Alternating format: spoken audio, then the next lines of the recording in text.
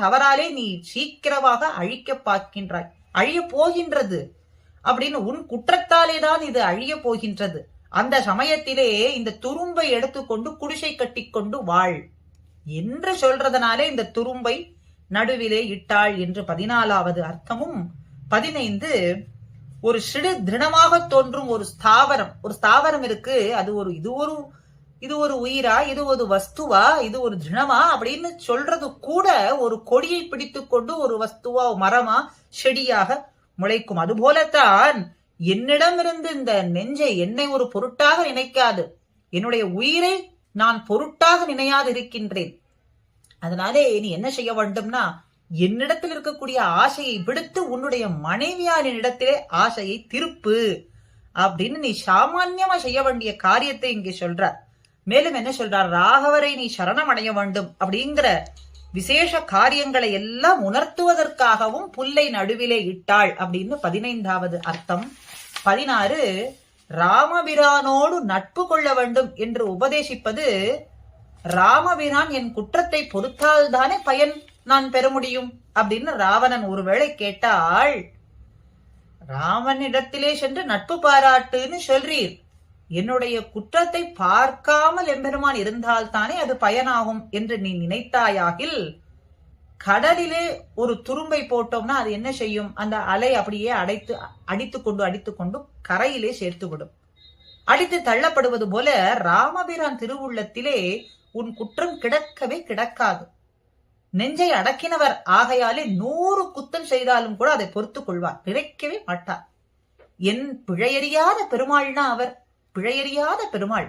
அதனாலே புல்லை போல உன்னுடைய குற்றத்தையும் நினைக்க மாட்டார் என்ன சொல்றது நினைவாலேயே புல்லை நடுவிலே இட்டாள் என்று 16வது அர்த்தமும்.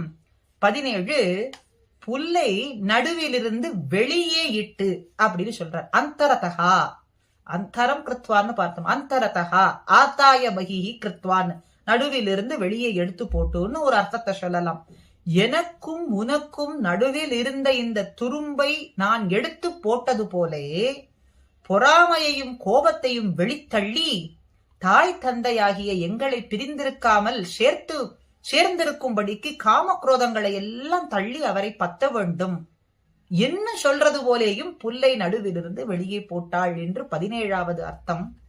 18 குடியிருப்பை விரும்பினாய் அப்படின்னு சொன்னா, கோரமான வதத்தை நீ விரும்ப மாட்டாய் என்று சொன்னால் நீ செய்ய வேண்டியது என்ன, உன் உயிரும் வேண்டி இருந்தது அப்படின்னா இந்த புல்லை கவ்விக்கொண்டு ஆண் பிள்ளைன்னு சொல்லக்கூடியதான தசரதாத்மஜனான ராமனுடைய திருவடியிலே சென்று சரணாகதி பண்ணு என்ன சொல்றதுனாலேயும் புல்லை நடுவிலே இட்டாள் என்பதனாலே 18வது அர்த்தம்.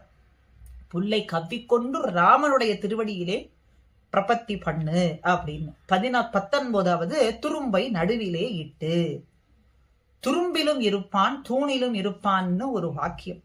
அதுபோலே துரும்பை தூணாக்கி அந்த தூணிலிருந்து ராகவ சிங்கத்தை வரச் செய்து, சிந்தையினால் இகழ்ந்த இரணியன் அகல்மார்வம் கீண்ட என் முன்னை கோளறியேன்னு ஆழ்வார் வாக்குப்படிக்கு இரணியனை பிளந்தா போலே தீங்கு நினைந்த நெஞ்சை பிளக்க செய்ய வேண்டும் அப்படிங்கிற நினைவாலேயே துரும்பை இட்டாள் என்றத்தினாலே புல்லை நடுவிலே இட்டாள் என்று 19வது அர்த்தமும்.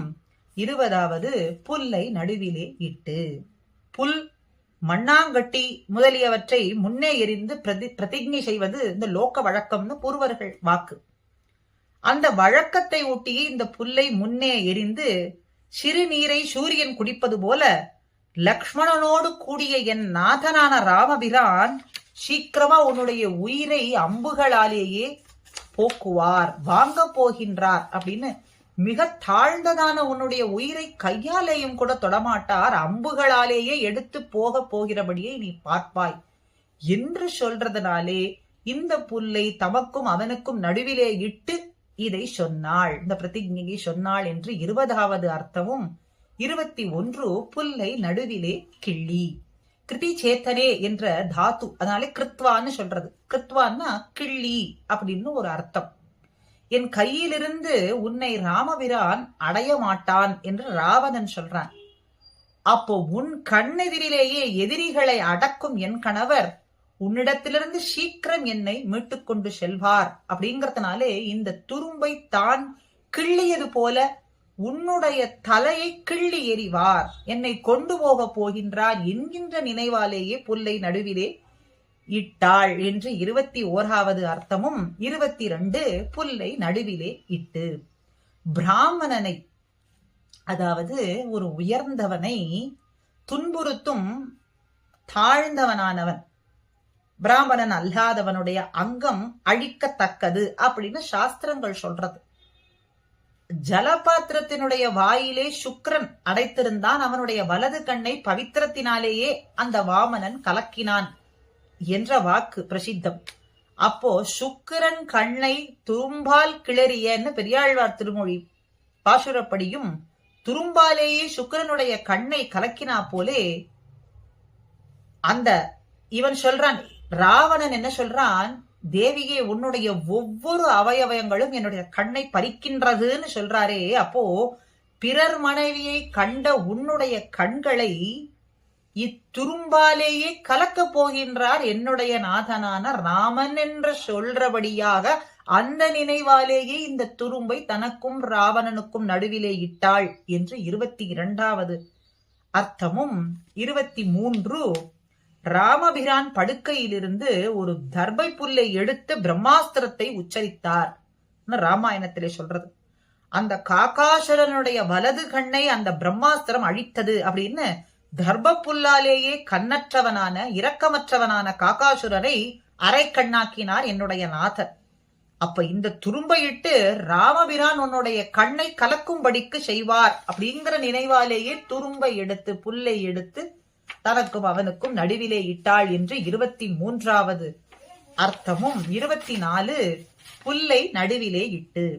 நரநாராயணர்களிலே நாராயணன் புல்லை கொண்டு எனக்கு எதிரி இல்லை என்று சொல்லி திரிந்தடம் போத்பவன் என்ற அரசனை கொன்றது போலே, திரிந்தடம் போத்பவன் அப்படிங்கிற அரசனை புல்லை கொண்டே கொன்றா போலே இந்த துரும்பை கொண்டே உன்னை கொல்லுவார் என்கின்றதாலேயும் இந்த துரும்பை போட்டதாகவும் கொள்ளலாம். இந்த விருத்தாந்தமானது மகாபாரதத்துல உத்தியோக பர்வத்திலே 96வது அத்தியாயத்துல சின்ன சின்ன வேற்றுமையோடும் சொல்லப்பட்டிருக்கிறதை நாம் பார்க்கலாம்.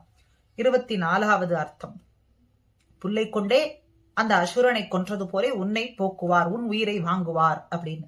25 புல்லை நடுவிலே இட்டு. சீத்தையின் பாதிவிரத்திய தேஜஸாலே எரிந்து போன இந்த லங்கையை பார் அப்படின்னும், சாம்பலாக்கத்தக்க 10 தலையனே என்ன ராமபிரானுடைய ஆக்ஞை இல்லாமையால் நான் உன்னை என்னுடைய பாதிவிரத்தை என்கின்றதாலே சாம்பல் ஆக்காமல் இருக்கின்றேன். ராமருடைய ஆக்ஞை இல்ல, அவர் வந்து உன்னை கொல்ல வேண்டும் இல்லை, என்னுடைய பாதிவிரத்தியமே உன்னை கொன்றுவிடும். ஆனால் அவருடைய ஆணை இல்லை என்பதனாலே நான் கொல்லாமல் இருக்கிறேன் அப்படின்னு கற்பு நெருப்பிலே இந்த துரும்பை போட்டு மூட்டி உன்னை எரிப்பேன் அப்படின்னு சொல்றதனாலேயே புல்லை நடுவிலே இட்டாள் என்று 25ம். 26 கடைசியாக கிருதி சேத்தனே அப்படிங்கறதுனாலே கிருத்வா அப்படிங்கிற பதம் நாம் பார்த்தது புல்லை நடுவிலே கிள்ளி அப்படின்னு சொல்றது.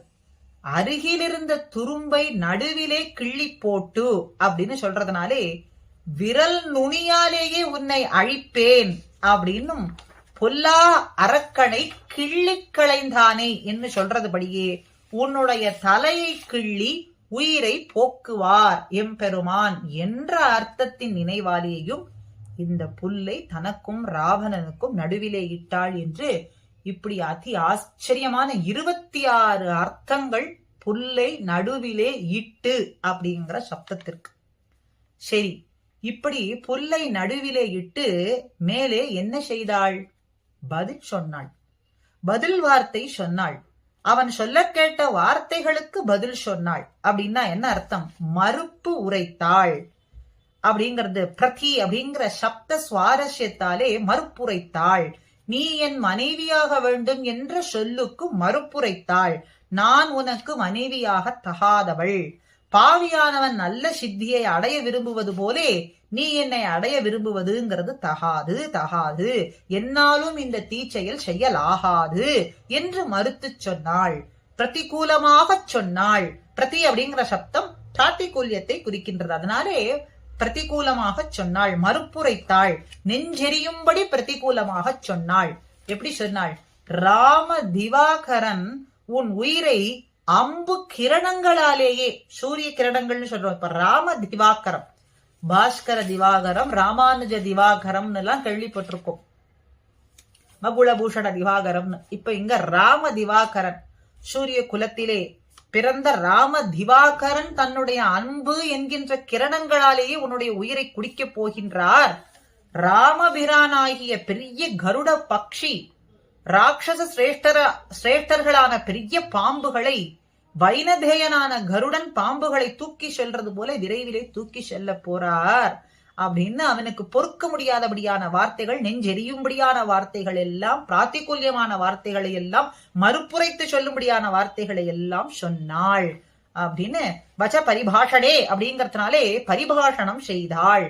பறக்க வார்த்தை சொன்னாள். ஒரு வார்த்தை இரண்டு வார்த்தை சொல்றது அன்றைக்கு விஸ்தாரமாக சொன்னாள். தர்மத்தை சொன்னாள், உபதேசத்தை சொன்னாள், எது இந்த ஆத்மாவுக்கு உச்சிதமோ அதை சொன்னாள் என்று இப்படி இந்த புல்லை நடுவிலே போட்டு பதில் சொன்னாள் அப்படிங்கிற சப்தம் ஆச்சரியமான ராமாயணம். ரிஷிகள் நமக்கு ஞான கண் என்பதை திறக்கும்படியாக அதி அற்புதமான வாக்கியங்களை எல்லாம் நமக்கு கொடுத்திருக்கிறார்கள். அதை நன்னாக உணர்ந்து ஸ்மரித்து சொல்லி ஓதுவித்து உய்வதுதான் இந்த பிறவியிலே நமக்கு கிடைத்திருக்கக்கூடிய பெரும் பாக்கியம் என்று சொல்லி அடியேன் இந்த பதிவை பதிவிடுகின்றேன். ஸ்ரீமதே ராமானுஜாய நமஹா.